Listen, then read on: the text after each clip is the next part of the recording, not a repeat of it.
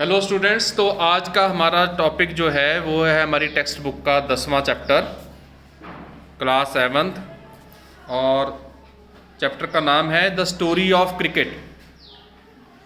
क्या आप सब लोग क्रिकेट को देखना पसंद करते हो, क्रिकेट मैचेस को, और खेलना खेलना भी पसंद करते हो? Yes sir. Very good. तो आज हम क्रिकेट कैसे शुरू हुई उसकी story, the story of cricket, we are going to know about how the cricket started, कैसे शुरू हुई थी, कैसे इसके अंदर चेंजेस आई, कैसे इसके अंदर लगातार डेवलपमेंट हो रही है, कैसे विकास हो रहा है। ठीक है, तो आज हम वो करेंगे। तो अपनी स्क्रीन्स के ऊपर ध्यान दीजिए, जहाँ से आप देखना चाहें वहाँ पर आप पॉज करके पढ़ सकते हैं। The story of cricket, start करें। Cricket grew out of the many stick and ball games played in England 500 years ago। तो क्रिकेट कहाँ से शुरू हुई है? बहुत सी डंडे और गेंद की, दोनों को मिला, डंडे और गेंद के साथ जो गेम्स खेली जाती थी इंग्लैंड में आज से 500 साल पहले, उनसे ही विकास हुआ है क्रिकेट का। The word bat is an old English word that simply means stick और क्लब। तो जो बैट है उसका असल में मतलब क्या है, जिसको हम हिंदी में बल्ला बोलते हैं, बल्कि एक सिंपल डंडी या क्लब को कहते हैं। बाय द 17th century, 17वीं सदी के आते आते cricket had evolved enough to be recognizable as a distinct game. कहते 17वीं सदी के आते आते क्रिकेट अपने आप में इतनी विकसित हो चुकी थी, इवॉल्व हो चुकी थी, कि अब उसको एक अलग गेम की पहचान बन चुकी थी। ठीक है, अलग, डिस्टिंक्ट होता है अलग से, रिकॉग्नाइजेबल जिसकी अलग से पहचान हो। ठीक है, till the middle of the 18th century, मतलब कि 1750 के आते आते बैट्स वर रफली the same shape as hockey sticks. कहते 18वीं सदी के आते आते जो बैट्स थे वो कैसे थे? लगभग जैसे आज की हमारी हॉकी स्टिक्स हैं, हॉकी की शेप जे जैसे होती है ना, तो वो बैट भी लगभग जे जैसा ही होता था, curving outwards at the bottom, ये वाला। ठीक है, there was a simple reason for this. इसके लिए एक बहुत ही सिंपल रीज़न है। क्या कारण हो सकता है? आसान सा, the ball was bowled underarm. जैसे आजकल तो बॉल ऐसे हाथ घुमा के डाली जाती है ना, पहले कैसे डाली जाती थी? अंडर आर्म, नीचे से। Okay, along the ground and the curve at the end of the bat gave the batsman the best chance of making contact। कहते हैं अब नीचे से ऐसे फेंकेंगे गेंद को तो जो बैट्समैन है वो तभी अच्छा शॉट लगा पाएगा अगर नीचे से बल्ला भारी है, नीचे से बैट भारी है। तो इसलिए हॉकी के जैसा बैट होता था। Okay, one of the peculiarities of cricket is that a test match can go on for 5 days and still end with a draw, in a draw।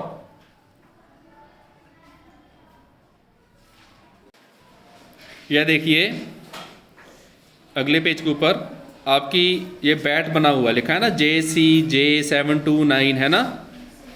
तो ये जो बैट है लग रहा है ना हॉकी जैसा, जैसे अपनी आइस हॉकी होती है उसका भी बैट लगभग ऐसा होता है ना। तो ऐसा होता था। कहते जो मैंने अभी सेंटेंस पढ़ा था वो ये था, one of the peculiarities of cricket is that a test match can go on for 5 days and still end in a draw. कहते खास बात क्रिकेट की ये है कि 5 दिन तक आप टेस्ट मैच खेल सकते हो, चलता है 5 दिन तक, लेकिन फिर भी एंड किस पे होता है? ड्रॉ में। ना कोई जीता ना कोई हारा, ड्रॉ हो गया। 5 दिन तक खिलाड़ी लगे रहे, 2-2 पारियां भी उन्होंने खेल ली, फिर भी मैच का कोई नतीजा नहीं।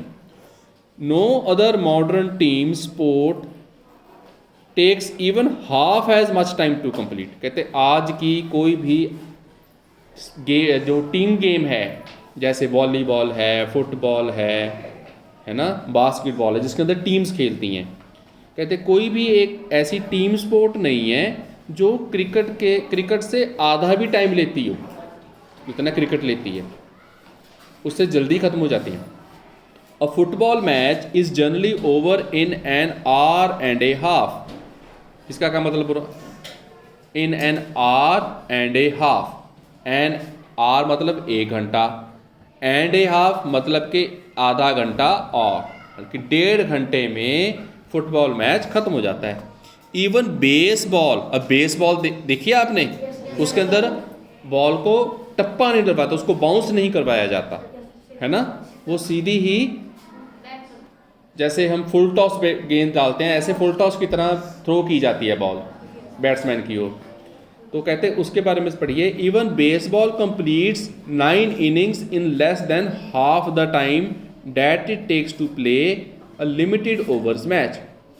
कहते 9 इनिंग्स खेलने में भी बेसबॉल जो लिमिटेड ओवर मैच होता है, जैसे 50 ओवर का हो गया, उससे भी आधे समय में टाइम लेती है।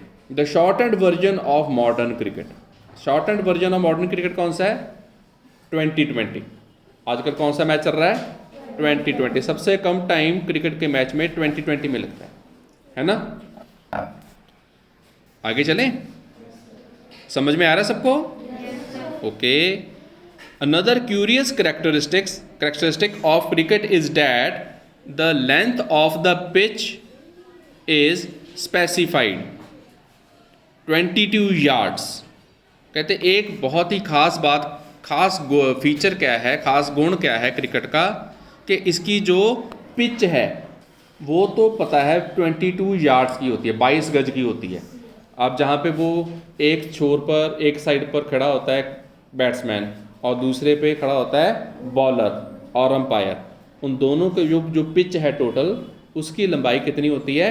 22 यार्ड्स। वो छोटी सी रेक्टेंगल बनी होती है ना ग्राउंड के बीचों बीच, मिट्टी सी वाली, है ना, वो उस पिच, उसको बोलते हैं पिच, ठीक है। और इसकी कितनी लंबाई होती है? 22 yards. Okay. But the size और shape of the ground is not, लेकिन ग्राउंड का साइज कितना हो इसका हमें कुछ नहीं बताया उन्होंने। पिच का साइज तो फाइनल है 22 यार्ड्स है। अब कोई ग्राउंड छोटा होता है, कोई ग्राउंड बड़ा होता है, ठीक है, किसी की शेप ओवल शेप होती है, किसी का बिल्कुल राउंड होता है, तो हमें पता नहीं चलता, इसका ग्राउंड के साइज फिक्स नहीं है क्रिकेट में। मोस्ट अदर टीम स्पोर्ट्स, और बाकी जितनी भी ज़्यादातर टीम स्पोर्ट्स हैं, जैसे कि hockey, football, lay down the dimensions of the playing area, वो अपने खेलने वाले क्षेत्र के प्रॉपर डायमेंशन बताते हैं, उनकी लंबाई चौड़ाई बताती हैं।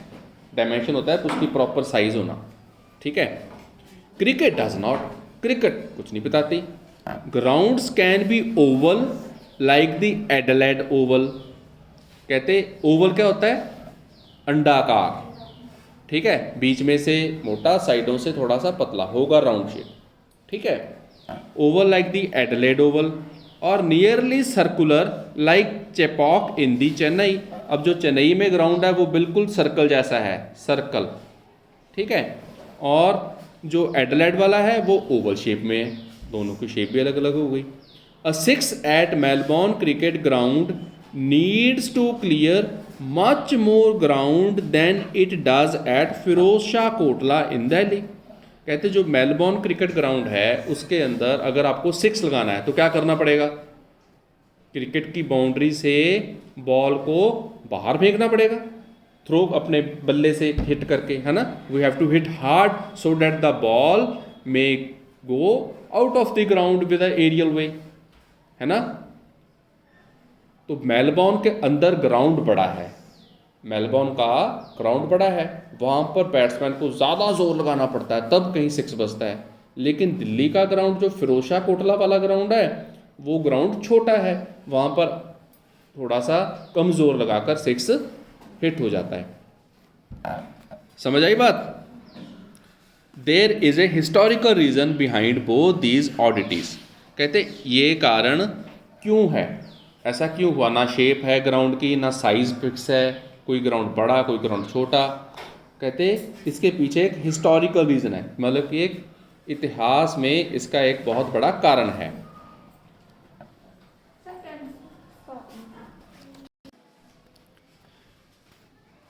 Cricket was the earliest modern team sport to be codified.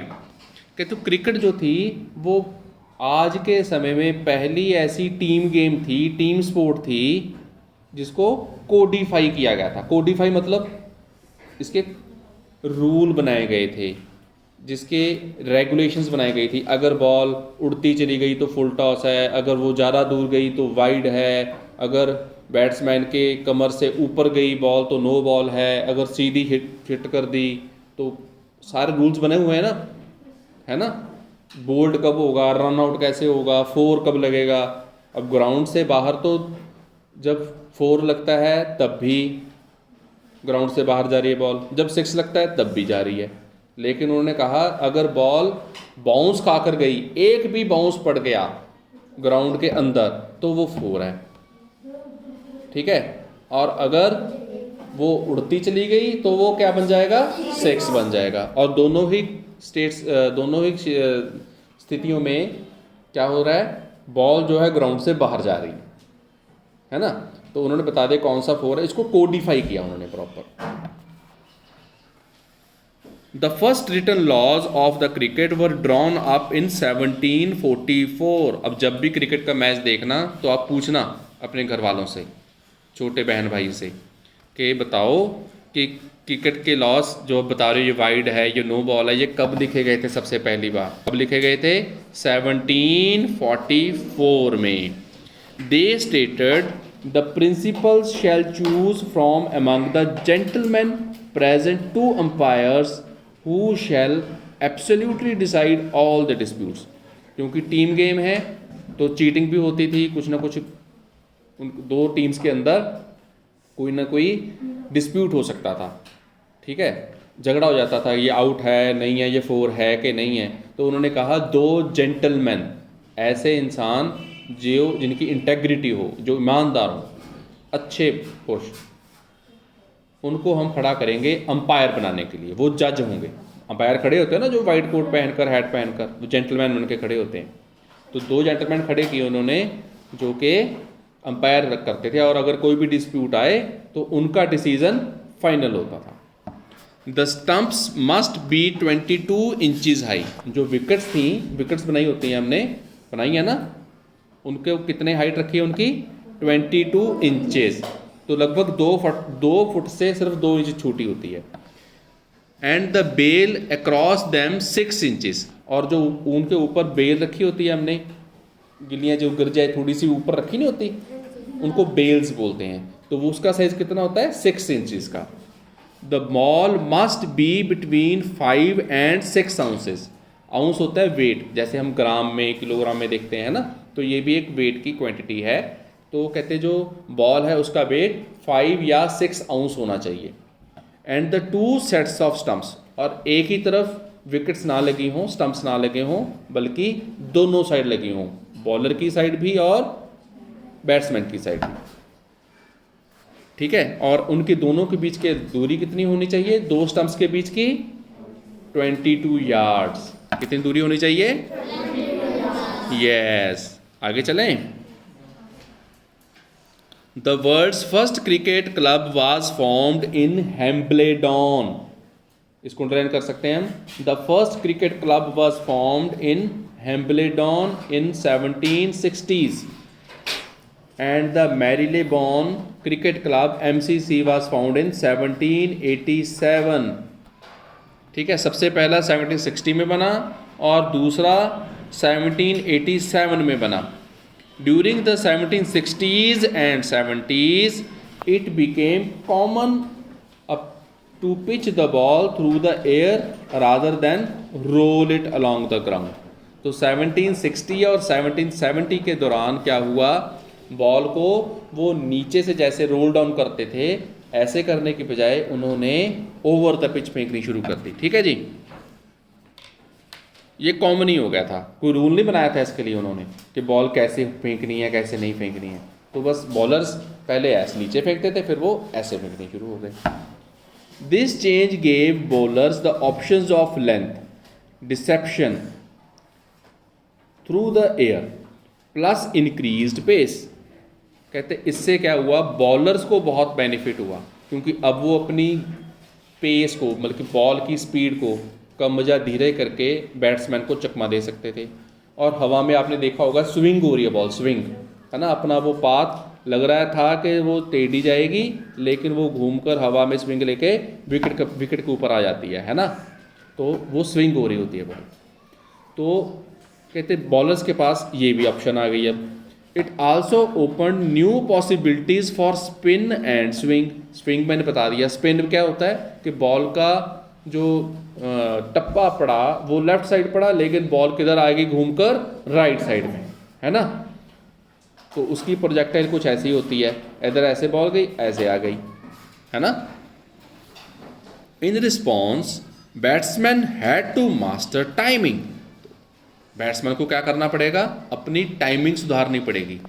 Timing क्या होती है, बैट और बॉल के बीच के अंदर जो कॉन्टैक्ट होता है उसको कब करना है, कैसे करना है, किस स्थिति में करना है। एंड शॉट सिलेक्शन, और अपने कौन सा शॉट छोड़ना है और कौन से शॉट को हिट करना है। One immediate result was the replacement of the curved bat with the straight one. कहते इमीडिएट रिप्लेसमेंट क्या हुई, जो हॉकी जैसा बैट हमें दिख रहा था, पहले दिख रहा था ना हॉकी जैसा, कहते उसकी बजाय अब हमने कैसा ले लिया, स्ट्रेट बैट ले लिया, जो आज की शेप है। ठीक है, clear. The weight of the ball was limited to between 5.5 to 5:45। कहते वेट ऑफ द बॉल जो था वो भी अब लिमिट कर दिया, कि पहले 5 to 6 बोलते थे, अब इन्होंने और छोटा कर दिया, 5.5 से 5:45। ठीक है, इतने आउंस के होना चाहिए। And the width of the bat to 4 inches। और जो बैट की विड्थ है, ये नहीं है कि वो बहुत बहुत चौड़ा फट्टा लेकर आ जाएगा बैट खेलने के लिए, उसकी भी चौड़ाई कितनी कर दी है, लिमिट कर दी है 4 inches की, तो वो भी 4 inches से ज़्यादा नहीं हो सकता। इन 1774 the first leg before law was published. जो लेग LBW नहीं बोलते, LBW हो गया, LBW हो गया, तो वो रूल कब बना, 1774 में। Also around this time a third stump became common by, और थर्ड स्टंप क्या होता है, जो विकेट कीपर स्टंप कर देता है ना। By 1780 3 days had become the length of a major match, and this year also saw the creation of the first 6-seam cricket ball। कहते 1780 में क्या हुआ, 1780 में 3 दिन मैच की कम से कम उन्होंने लेंथ रख दी, कि 3 दिन मैच खेला जाएगा। मेजर मैच, कोई भी बड़ा मैच खेलना है तो कम से कम 3 दिन खेलना पड़ेगा। And this year also saw the creation of first 6-seam cricket ball. जो आज की जो हमें गेंद दिखाई दे रही है जिस शेप की, वो गेंद की शेप 1780 में आई। ओके, ये देखिए नीचे फोटो में कितना अच्छा नज़र आ रहा है ना। ये मैरिलबोन क्रिकेट क्लब जो है 1874 में जो बना, उसकी स्थिति है। बना कब था वो, 1787 में, लेकिन वो क्लब की बिल्डिंग वगैरह ये देखो, जितने ग्रुप्स उसके मेंबर्स, वो सारे यहाँ पे खड़े हैं। If you look at the games equipment, अगर आप गेम की इक्विपमेंट के बारे में जानोगे, उसके अंदर कितने टूल्स वगैरह आ रहे हैं, ठीक है, you can see how cricket both changed with changing times and yet fundamentally remain true to its origin in rural England. कहते आप देखोगे, अगर आप गेम की इक्विपमेंट देखोगे, बैट चेंज हो गया, बॉल का साइज चेंज हो गया, बॉल की शेप सीम पेस वाली होगी जैसे आज की है, ठीक है, और लेग गार्ड, विकेट्स की बीच की लेंथ पक्की कर दी उन्होंने, हाइट फिनिश पक्की कर दी, ठीक है। तो बहुत सी चेंजेस आ गई हैं, लेकिन फिर भी क्रिकेट चेंज तो हो रही है, लेकिन फिर भी वो फंडामेंटली पुरानी रूरल इंग्लैंड जैसी ही दिखाई पड़ती है। Cricket's most important tools are all made of natural. कहते एक तो ये चीज़ कि क्रिक बॉल आज भी नेचुरल रिसोर्सेज से ही मिलती है, बैट भी आज लकड़ी से ही बनता है, ठीक है ना। जितनी भी इसकी इक्विपमेंट है वो सारी की सारी नेचुरल रिसोर्सेज से बनती हैं। प्लास्टिक का बैट खेलते हैं कभी, तेंदुलकर प्लास्टिक का बैट लेकर आए हों, या धोनी ने कभी कहा हो मैं क्रिकेट की बॉल से नहीं खेलूँगा, मैं तो जीन्स की बॉल से खेलूँगा, कहा कभी ऐसे? नहीं, है ना। प्री इंडस्ट्रियल मटेरियल्स, और इंडस्ट्रियल मटेरियल्स मतलब जो फैक्ट्री में बने हों। प्री इंडस्ट्रियल फैक्ट्रियों से बनने से पहले जो लकड़ी से, लेदर से जो चीज़ें बनती थी, उसी के साथ आज भी सारा का सारा सामान क्रिकेट का वैसे ही बनता है। The bat is made with leather, twine and कॉक। कॉक होती है जो सॉफ्ट लकड़ी होती है, ठीक है। लेदर आप समझ गए। Even today both bat and ball are handmade. आज भी बैट और बॉल जो हैं वो हैंडमेड हैं, नॉट इंडस्ट्रियली मैन्युफैक्चर्ड। उनको इंडस्ट्री में नहीं बनाया जाता। The material of the bat change slightly over time. लेकिन बैट्समैन की हेल्प के लिए थोड़ा सा जो बैट्समैन का जो बैट है उसके अंदर थोड़ा सा स्लाइटली चेंज किया है उन्होंने मटेरियल में। Once it was cut out of a single piece of wood. एक बार उसको पूरे लकड़ी के बड़े लट्ठे से काट लिया जाता है। Now it consist of two pieces, the blade which is made out of would out of the willow tree, and handle which is made out of cane, and became available as European colonialists and trading companies established themselves in Asia। तो कहते पहले जो bat था वो तो एक single लकड़ी के लट्ठे से ऐसे सीधा एक फट्टा निकाल लेते थे, मोटाई उसकी देख के अपनी 4 इंच की वैसे बना लेते थे। लेकिन आज का जो बैट है वो आप ध्यान से देखोगे उसके 2 भाग होते हैं। एक तो होता है ब्लेड जिसके ऊपर बॉल टच करनी होती है, और दूसरा होता है हैंडल। हैंडल को कैसे जोड़ा होता है, बीच में ऐसे वी शेप बना होता है ना वी शेप हैंडल में, ताकि उसके अंदर फिक्स हो जाए। फिर उसको जोड़ा गया होता है, फिर उसके ऊपर ट्वाइन लगाई होती है, धागे से, मजबूत रस्सी से बांधा होता है ना, रस्सी नहीं धागा सा होता है, ट्वाइन, ठीक है। और उसके ऊपर फिर कोटिंग भी करते हैं ताकि और मजबूती आ जाए, ठीक है। और ये जो डेवलपमेंट हुई वो क्यों हुई?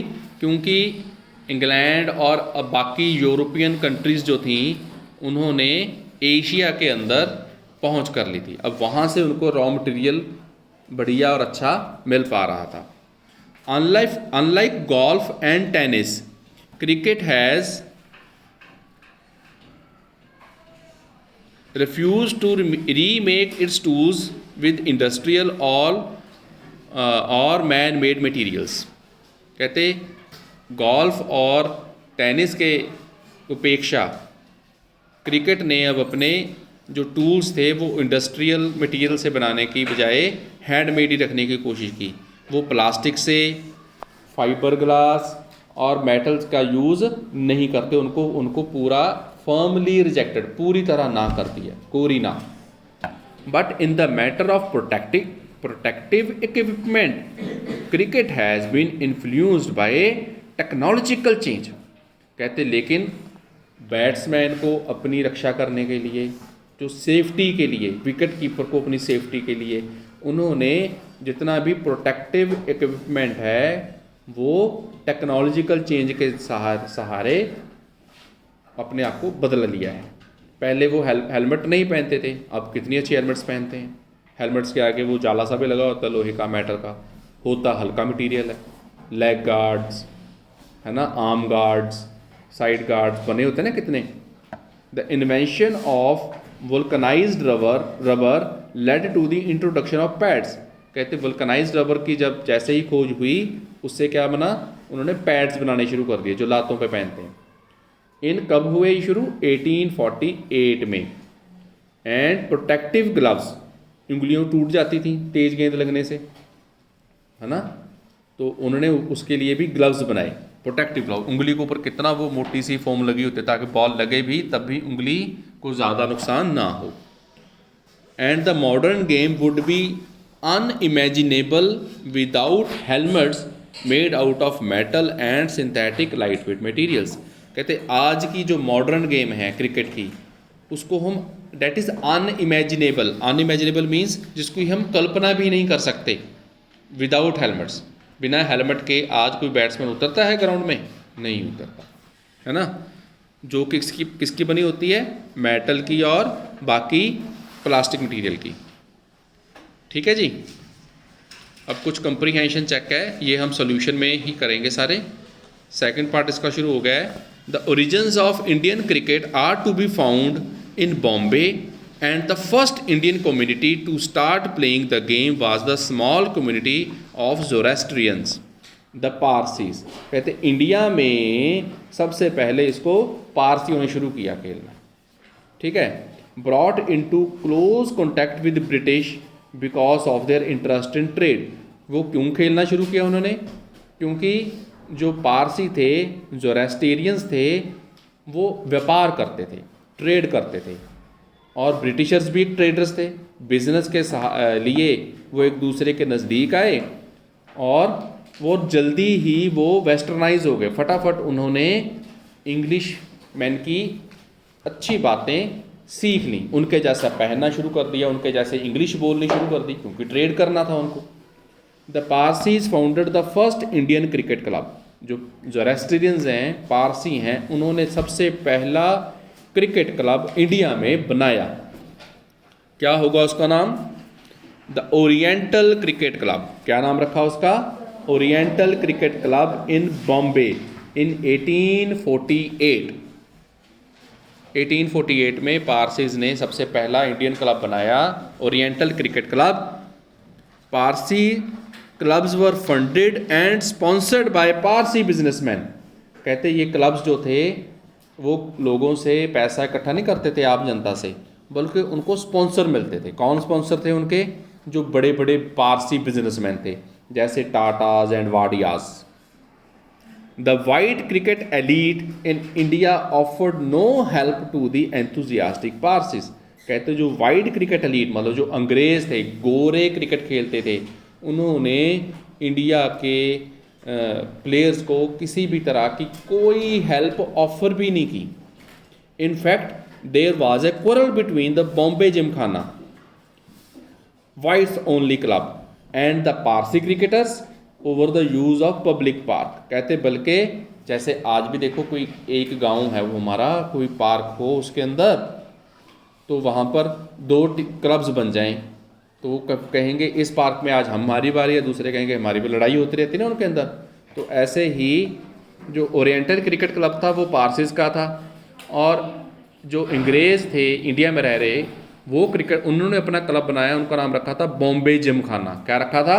बॉम्बे जिमखाना, जिसके अंदर सिर्फ और सिर्फ इंग्लिश मैन ही थे, गोरे ही थे। तो वो दोनों के बीच में, दोनों क्लब्स के बीच में डिस्प्यूट रहता था, झगड़ा रहता था। किस चीज़ के बारे में? कि पब्लिक पार्क में हम खेलेंगे, वो खेलें। ठीक है। The Parsis complain that the park was left unfit for cricket because the polo ponies of the Bombay Gymkhana dug up the surface. ओहो, गलत बता दिया गया कि बॉम्बे जिमखाना जो था वो तो पोलो क्रिकेट खेलते थे, पोलो खेलते थे, हॉकी होती है घोड़े के ऊपर बैठ के। तो उस पब्लिक पार्क के अगर वो घोड़े के ऊपर बैठ के खेलेंगे तो ग्राउंड तो सारा ख़राब हो जाएगा घोड़ों की टापों से, तो इसलिए वो झगड़ते थे। When it became clear that the colonial authorities were prejudiced in favor of their white compatriots, the Parsis built their own gymkhana to play cricket in। कहते जब पारसिस को पता लग गया कि Englishman are playing not justly, वो judiciously नहीं फैसला कर पा रहे हैं, वो एक तरह को फेवर हैं, प्रीजुडाइज्ड हैं, ठीक है, एक तरफ झुकाव है उनका अंग्रेज़ों की ओर ही, तो उन्होंने अपना ही जिमखाना, अपनी ही ग्राउंड बना लिया क्रिकेट खेलने के लिए। The rivalry between the Parsis and the Bombay Gymkhana had a happy ending for these pioneers of Indian cricket. कहते लेकिन इन दोनों के बीच का जो डिस्प्यूट था उसकी एक हैप्पी एंडिंग हुई। Parsi team beat the Bombay Gymkhana at cricket in 1889। तो ये बॉम्बे जिमखाना 1889 में पारसियों की टीम ओरिएंटल क्रिकेट क्लब से 1889 में हार गया। जस्ट 4 years आफ्टर, और ये देखो टीम बनी हुई है आपकी बुक के अंदर, ठीक है। ये जो टीम है इन्होंने सबसे पहले ओरिएंटल क्रिकेट क्लब बनाया और बॉम्बे जिमखाना क्लब जो पूरा का पूरा क्लब में सिर्फ इंग्लिश प्लेयर्स ही थे उनको हरा दिया, ठीक है। जो गेम इंग्लैंड में शुरू हुई उसको किसने हरा दिया? इंडिया के एक टीम ने। ओके, आगे चलते हैं। ये देखिए द पलवंकर बालू, ये साइड में फोटो बनी हुई है ना, इनके बारे में है।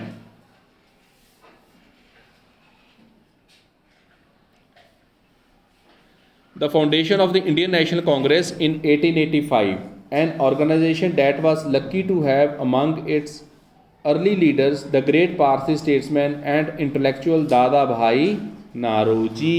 तो जो इंडियन नेशनल कांग्रेस की जो उन्होंने सबसे पहले फाउंडेशन रखी, Dadabhai Naoroji was also a Parsi. 1885 में जब उन्होंने कांग्रेस बनाई तब वो क्रिकेट भी खेलते थे और ओरिएंटल क्रिकेट क्लब के साथ थे।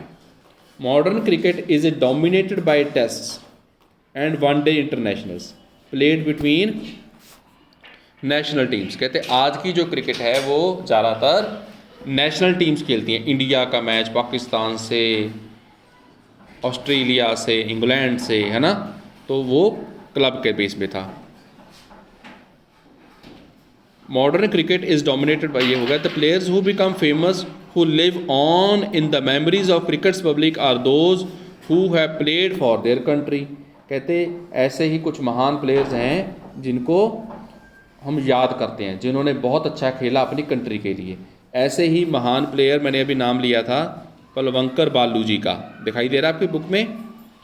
तो ये टेस्ट क्रिकेट के महानतम बॉलर्स में थे इंडिया के, जो धीमी गेंद फेंकते थे, स्लो गेंद फेंकते थे और फिर भी बंदे को हरा देते थे, बोल्ड कर देते थे, एक कैच आउट करवा देते थे, जैसे स्पिनर, ठीक है, Palwankar Baloo ji. The players Indian fans remember even now are those who were fortunate enough to play test cricket. कहते ऐसे कुछ प्लेयर्स जो इंडिया के थे जिनको हम आज भी याद करते हैं, जिन्होंने टेस्ट क्रिकेट खेला, वो थे C.K. Naidu, an outstanding Indian batsman of his time. C.K. Naidu ये बहुत ही अच्छे बैट्समैन प्लेयर थे।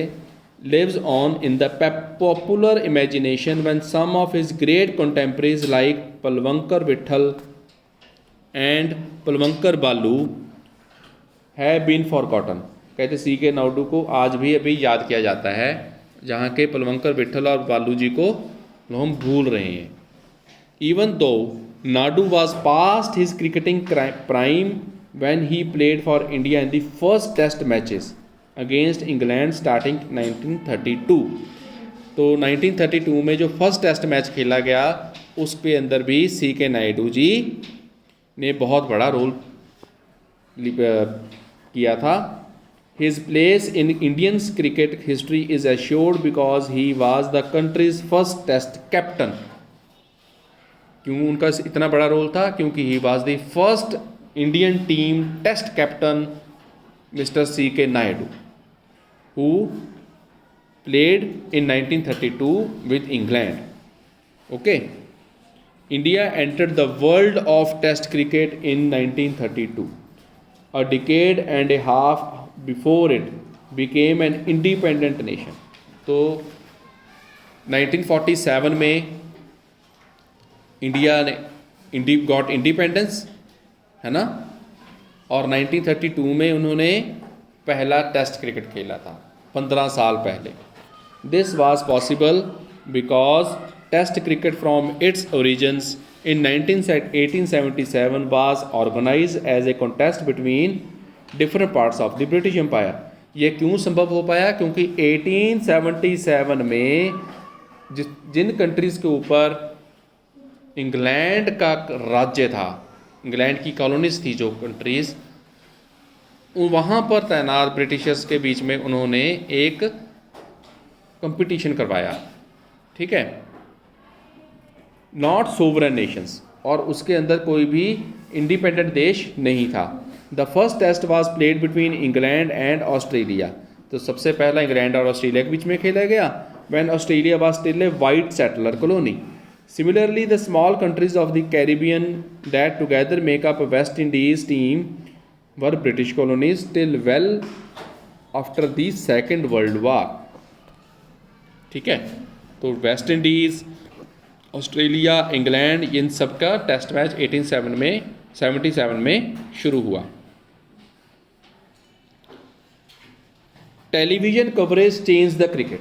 जैसे ही टेलीविज़न आया और टेलीविज़न के ऊपर क्रिकेट मैचेस का प्रसारण शुरू हुआ, उसने क्रिकेट को बदल दिया। क्रिकेट अब बहुत घर घर में मनपसंद गेम बन गई। It expanded the audience for the game by beaming cricket into small towns and villages. छोटे छोटे कस्बों में, गाँव तक क्रिकेट पहुंच गई। It also broadened cricket's social base. इससे जो क्रिकेट सिर्फ पहले अमीरों की गेम थी, जेंटलमैन की गेम थी, ज़्यादा पढ़े लिखों की गेम थी, अब वो गाँव में बैठे छोटे बच्चे भी खेल रहे हैं। Children who had never previously had the chance to watch international cricket because they lived outside the big cities could now watch and learn by imitating their heroes. अब जो बच्चे जिन्होंने पहले कभी सोचा भी नहीं था कि हम शहर में जाकर कोई बड़ा मैच देख पाएंगे, अब वो अपने घर पर बैठ के ही ऐसे अपने बड़े बड़े हीरोज़ को खेलते हुए देख सकते थे और उनसे सीख सकते थे। ठीक है, the technology of satellite television and the worldwide reach of multinational television companies created a global market for cricket. कहते ये टीवीज़ जो घर घर पहुंच गए, उसके कारण आपने देखा होगा थोड़ी थोड़ी देर बाद टीवी में ऐड आती रहती है ना, तो ये टीवी जो था वो एक ग्लोबल मार्केट बन गया। ठीक है, और क्रिकेट के लिए भी ग्लोबल मार्केट बन गया। Matches in Sydney could now be watched live in Surat. जो सिडनी में खेला जा रहा है वो लाइव ही अब सूरत में, चंडीगढ़ में, पंजाब में, यूपी में, कहीं पर भी देखा जा सकता है। इवन के पाकिस्तान में, यूएसए में कहीं बैठ के भी देख सकते हो। Since India had the largest viewership, क्योंकि इंडिया के पास बहुत बड़ी पॉपुलेशन है और बहुत ज़्यादा लोग मैच देखना पसंद करते हैं, तो for the game among the cricket playing nations and the largest market in the cricketing world, the game center of the gravity shifted to South Asia. कहते क्योंकि ज़्यादातर लोग क्रिकेट खेलना, देखना इंडिया में पसंद करते हैं, बहुत बड़ी जनसंख्या है इंडिया के अंदर, इसलिए क्रिकेट का जो पूरा वेट था जो पहले इंग्लैंड और यूरोप में था, अब वो किधर आ गया है? साउथ एशिया में। अब देखो साउथ एशिया में कौन कौन सी नेशंस हैं? इंडिया है, पाकिस्तान है और बांग्लादेश है। अब ये 3 कंट्रीज़ की पॉपुलेशन कुल मिला लो तो कितनी ज़्यादा हो जाती है? चाइना से ही कहीं ज़्यादा हो जाती है। इसलिए यहाँ पर अब क्रिकेट का ज़्यादा बोलबाला ज़्यादा चल रहा है। The shift was symbolised by the shifting of ICC headquarters from London to tax free Dubai. कहते इसीलिए जो इंटरनेशनल क्रिकेट के हेडक्वार्टर्स हैं, आईसीसी को बोलते हैं, वो भी कहाँ से? लंदन से किधर आ गए हैं? अब दुबई में। और दुबई कहाँ पे है? एशिया में। ठीक है, 150 years ago the first Indian cricketers, the Parsis, had to struggle to find an open space to play. आज से 150 साल पहले कहते जो फर्स्ट इंडियन क्रिकेटर्स थे उनको खेलने के लिए ग्राउंड भी नहीं मिल रहा था। Today, the global marketplace has made Indian players the best paid, most famous cricketers in the game. और आज जो इंडियन क्रिकेटर्स हैं उनको सबसे ज़्यादा मेहनताना खेलने का मिलता है। Man for home the world is a stage. और आज जो भी धोनी को जिसको ऐड कर दे, जिसको तेंदुलकर जी ऐड कर दें, वो प्रोडक्ट विश्व भर में चल पड़ता है। This transformation was made up of many smaller changes. ये ट्रांसफॉर्मेशन जो हुई है वो थोड़े थोड़े बदलाव के कारण हुई है। The replacement of the gentlemanly amateur by the paid professional, the triumph of one day game as it overshadowed Test cricket in terms of popularity and the remarkable changes in global commerce and technology। कहते ये जो paid professional के कारण जो change आया है, जीत हुई है वन डे गेम की, उसने वन डे गेम ने ओवरशैडो कर दिया है टेस्ट क्रिकेट के ऊपर, ठीक है। और उसकी पॉपुलैरिटी जो है वन डे टीम की, वन डे मैचेस की, वो बहुत ज़्यादा बढ़ गई है। और ये किसके और इससे क्या हुआ है, ग्लोबल कॉमर्स एंड टेक्नोलॉजी का इसका साथ भी मिला है, इससे फ़ायदा भी हुआ है, ठीक है जी।